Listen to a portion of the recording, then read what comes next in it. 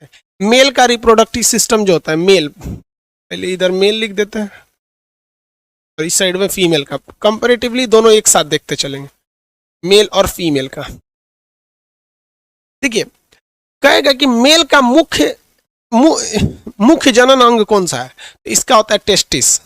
देखिए बाबू, मेल का main reproductive अंग जो होता है वो होता है उसका टेस्टिस। टेस्टिस की संख्या कितनी होती है, तो 2 होती है। टेस्टिस की संख्या 2 होती है और इसमें एक नस निकली रहती है जिसे हम लोग कहते हैं वैस, और ये जुड़ी रहती है पेनिस से, ऊपर जाके जुड़ी रहती है पेनिस से। पेनिस बाबू ये मेन रिप्रोडक्टिव सिस्टम नहीं है, अब ध्यान से समझिएगा आप लोग। पेनिस जो है उसके 2 ही काम है, एक पेशाब करने के काम में आता है, दूसरा जो ये टेस्टिस है ये स्पर्म को बनाया है, यानी सीमन को बनाया है। ये सीमन बाहर कैसे आएगा, तो ये एक नस है जिसको कहते हैं वैस, और वैस के रास्ते ये पेनिस को दे देता है। किसे दे देता है, पेनिस। पेनिस का केवल यही काम होता है कि वो स्पर्म को फीमेल के अंदर पहुंचा सके, वो मुख्य रिप्रोडक्टिव सिस्टम नहीं है हमारे बॉडी का। तो मेल का मुख्य रिप्रोडक्टिव सिस्टम क्या होता है, टेस्टिस होता है। क्या होता है, टेस्टिस। अब इस टेस्टिस में 3 चीजें होती हैं, याद रखिएगा। ये गोल वाली चीजें तो क्या होती है, टेस्टिस होती है। इसके बाहर एक हल्की सी परत होती है, इसको हम लोग कहते हैं इपीडिडिमिस। इपीडिडिमिस 4 बार बोलेंगे याद हो जाएगी, इपीडिडिमिस। इपीडिडिमिस अधिवृषण, इसको हिंदी में क्या कहते हैं, वृषण कहते हैं। इसको हिंदी में क्या कहते हैं, वृषण कहते हैं। ध्यान से समझिए, टेस्टिस को हिंदी में क्या कहा जाता है, वृषण कहा जाता है। क्या कहेंगे, वृषण। ये बहुत ज्यादा जरूरी है। मेल जो होता है फीमेल के प्रति अट्रैक्ट होता है इसी टेस्टिस की वजह से। इसलिए आप देखेंगे कि सांड और बैल में क्या अंतर होता है। पैदा तो सब सांड होता है, लेकिन सांड के अंदर से ऑपरेशन करके उसकी टेस्टिस को काट के निकाल के फेंक दिया जाता है। तो अब वो सांड क्या बन जाता है, बैल बन जाएगा। उसको गाय के बीच में रखेंगे, उसको गाय से कोई मतलब नहीं है, कोई लाइन उन नहीं मारेगा। लेकिन अगर किसी सांड का टेस्टिस नहीं निकालेंगे तो सांड बन जाएगा, देखते रहेगा चक्कर पकड़। तो जितने भी लैंगिक क्रियाएं होती हैं वो इस टेस्टिस के कारण ही होती है। किसके कारण होती है, टेस्टिस के कारण। आगे बढ़े, यहाँ पे टेस्टिस को सुरक्षा कौन देता है, इपीडिडमिस देता है। क्या देता है, इपीडिडमिस देता है। टेस्टिस का काम कि टेस्टिस किन चीजों को निकालता है, तो देखिए जहां से, यहां से एक हार्मोन निकलता है टेस्टोस्टेरॉन। टेस्टिस से निकलने वाला हार्मोन क्या है, टेस्टोस्टेरोन। टेस्टिस से निकलने वाला हार्मोन टेस्टोस्टेरोन होता है। ये टेस्टोस्टेरोन में बदबू ज्यादा होती है। टेस्टोस्टेरोन में बदबू क्या होती है, ज्यादा होती है। इसीलिए कुत्तों के टेस्टोस्टेरोन की देखिए, कुत्ते जो होते हैं उनकी सूंघने की क्षमता ज्यादा होती है, इसलिए वो पेशाब करते हैं और पेशाब के रास्ते ये टेस्टोस्टेरोन निकलता है और वहां पर वो पेशाब करके अपने बॉर्डर को डिसाइड कर देते हैं कि ये मेरा एरिया है, यहाँ कोई नहीं आ सकता है। और उसमें दूसरा कुत्ता जब आता है तो सूंघ के घुसता है, तो वहां कोई कुत्ता पेशाब किया रहेगा तो उसको पता चल जाएगा भैया ये दूसरे के एरिया में आ गए। समझ में आ रहा है कि नहीं आएगा। तो कुत्तों में टेस्टोस्टेरोन ज्यादा होता है, मेल में भी ज्यादा होता है। मेल में ही तो होगा भैया, मेल में ही तो टेस्टिस होती है, इसलिए मेल में टेस्टोस्टेरोन ज्यादा होता है। कभी कभी कुत्ते जो होते हैं वो अपना बॉर्डर बनाने के लिए किसी मोटरसाइकिल के ऊपर पेशाब कर देते हैं, और मोटरसाइकिल खड़ी थी, उसका मालिक कहीं गया था, मोटरसाइकिल के ऊपर पेशाब कर दिए। उन्होंने तो अपना बॉर्डर डिसाइड कर दिया। अब मोटरसाइकिल वाले को क्या पता कि उसके मोटरसाइकिल पे कोई पेशाब किया कि नहीं, तो 10 मिनट में सूख जाएगा। अब मोटरसाइकिल लेके चला जाता है, अब वो मोटरसाइकिल पूरी दूसरे के एरिया में घूम रही है और कुत्ते सूंघ लेते हैं सब। अब वो मोटरसाइकिल का पीछा नहीं कर रहे होते हैं सब, वो इसलिए मोटरसाइकिल को दौड़ा रहे होते हैं सब कि उस मोटरसाइकिल पे किसी दूसरे एरिया के कुत्ता पेशाब किया था, उसका टेस्टोस्टेरोन वो सूंघ के दौड़ा रहे थे सब। समझ में आ गया। इसलिए देखिएगा वो कभी भी कुत्ते मोटरसाइकिल को नहीं दौड़ाते हैं, वो आदमी को काटते उठते। अब पता नहीं ससुरा घेर लेगा तो काटिए लेगा सब, कौन जानता है। तो इससे निकलता है टेस्टोस्टेरोन।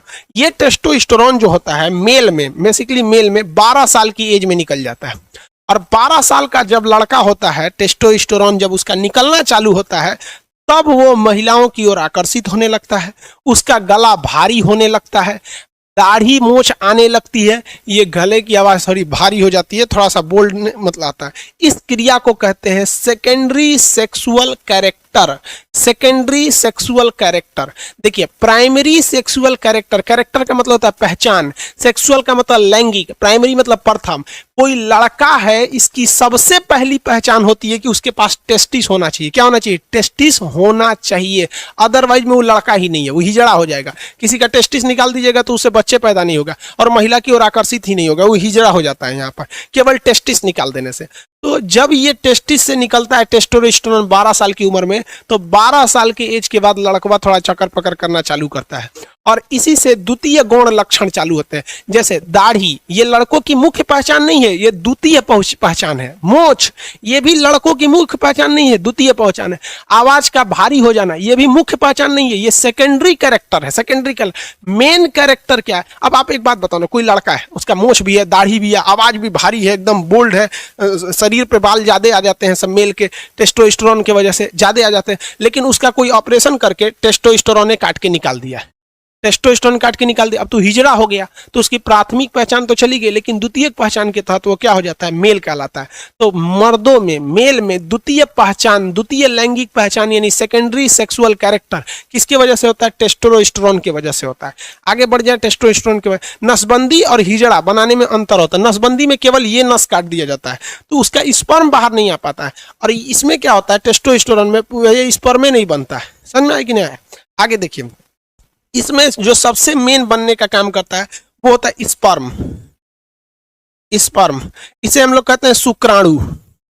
शुक्राणु, इसका जीवन काल 20 मिनट होता है।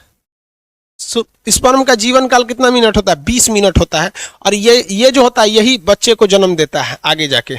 स्पर्म का शेप इस शेप में होता है, पहले आप समझ जाइए, फिर आपको इमेज वगैरह दिखा के समझा देंगे, वरना अभी बीच में इमेज लाएंगे तो कंसेप्ट गड़बड़ हो जाता है। स्पर्म का जीवन काल 20 मिनट होता है। स्पर्म कहाँ बनता है? टेस्टिस में बनता है। कहाँ बनेगा? टेस्टिस में बनेगा। कितने जीवन काल होता है? 20 मिनट जीवन काल होता है। 20 मिनट। एक बार में जो स्पर्म की संख्या होती है लगभग 7 ml होती है, 7 ml। अब 7 ml कितना होता है भैया? कोई छोटा सा ढक्कन ले लीजिए, दवा वगैरह का ढक्कन होता है ना, इसमें छोटे बच्चे को सिरप वगैरह पिला दिया जाता है ढक्कन में, तो वो 7 ml का होता है। तो एक बार में कम से कम 7 ml स्पर्म बनना चाहिए, तब वह स्पर्म आगे जाके बच्चे को जन्म दे सकता है। 7 ml से कम स्पर्म बनेगा तो वो बच्चा जन्म नहीं ले पाता है। तो कभी कभी देखते हो किसी का शादी ब्याह हो जाता है तो बच्चे नहीं होता है, तो बाद में पता चलता है कि भैया जो पुरुष था ना उसमें स्पर्म की संख्या कम बन रही थी। तो स्पर्म जो होता है उसे इंग्लिश में क्या कहते हैं, हिंदी में क्या कहते हैं? शुक्राणु। जीवन काल 20 मिनट। आकार देख रहे हैं किस तरह से होता है, आगे मुंह होता है, यही आइए इसका टेल होता है, ये टेल को ही ऐसे ऐसे घुमाता है तो भाग जाता है। ये टेल के वजह से ही आगे गति कर सकता है। इसका जीवन काल कितना मिनट होता है? 20 मिनट होता है। अब देखिए अगला क्वेश्चन पूछेगा, इस स्पर्म को आगे कौन ले आता है? भैया पेनिस जो होता है, पेनिस टेस्टिस से जुड़ा ही नहीं है, तो स्पर्म को आगे ले आने का काम करता है वैस डिफरेंस। एक नस का नाम है जिसका नाम है वैस डिफरेंस। ये क्या है? एक नस है। ये क्या है? नस है। ये नस क्या करती है कि टेस्टिस में बन रहे स्पर्म को कहां तक लाती है? पेनिस तक लाती है। और उसके बाद ये पेनिस क्या करता है? इसे वेजाइना तक पहुंचा देता है। पेनिस को क्या कहते हैं? सिस्म कहते हैं। सिस्म, उसे वृषण कहते हैं, इसे सिस्म कहते हैं। तो पेनिस के दो ही काम होते हैं, वो एक पेशाब करने के काम में और सेक्स के समय में उसे जो स्पर्म है इसे वैस लेकर आया है, वैस डिफरेंस ना, इसे यहाँ से यहाँ लाया है, और उसके बाद पेनिस उसे आगे जाकर ओवरी में पहुंचा, यूट्रस में पहुंचा देता है, फीमेल के वेजाइना के रास्ते ओवरी में पहुंचा देता है। ये मुख्य रूप से ये हो गया पुरुष जनन अंग। ये क्या हो गया? पुरुष जनन अंग। अब जैसे हम आपको यहाँ अब ये फीमेल तो बता नहीं रहे ना, पहले यहाँ पुरुष वाला ही बता दे, देखते चलिए यहाँ तक में। अब हम एक बार में रिवाइज कर, बफरिंग कहाँ, चलिए ध्यान से देखिए बाबू लोग, आप लोग कोई प्रॉब्लम रहे तभी कमेंट कीजिए, वरना खास करके इस चैप्टर में हमारा दिमाग झनके का हम पूरा रिकॉर्डेड क्लास देके चल जाएंगे और चैटिंग ऑफ कर देंगे। इसलिए आप लोग को 20 बार विनती करते हैं कि आप अपने पैर पे कुल्हाड़ी मारोगे, याद रखिएगा आप लोग। दोबारा हम रिवाइज कराते हैं बाबू। आम के पेड़ में बेटा, ये आम का पेड़ जब बॉटनी में पढ़ाएंगे तब बताएंगे, आप आदमी नहीं जानवर हो क्या? अभी बता दिए ना। आप पुबर्टी क्या होता है? पुबर्टी, रोहित कुमार शर्मा कर, पुबर्टी वो एज होता है जिस एज में एक लड़का को समझ में आ जाता है कि हम लड़का हैं और हमको लड़की चाहिए, एक लड़की को समझ में आता है। पुबर्टी के एज में दाढ़ी मोछ आने लगते हैं, स्पर्म बनना चालू हो जाता है। समझ में आ गया कि नहीं आ गया? और पुबर्टी के एज में महिलाओं में क्या होता है? स्तन का उभार हो जाता है और मेंसुरेशन साइकिल चालू होती है। उस अवस्था को कहते हैं पुबर्टी एज। लड़कों में 12 साल में, लड़कियों में 13 से 14 साल में हो जाता है। एक आदमी कह रहे हैं सर जिसका एक ही टेस्टिस रहेगा तो क्या होगा? स्पर्म की संख्या कम बनेगी, लेकिन कोई दिक्कत नहीं। जिस तरह से एक किडनी रहता है तो काम तो करता ही है, लेकिन उतना अच्छा से काम नहीं करता है, तो इसमें वो हिजड़ा नहीं बनेगा।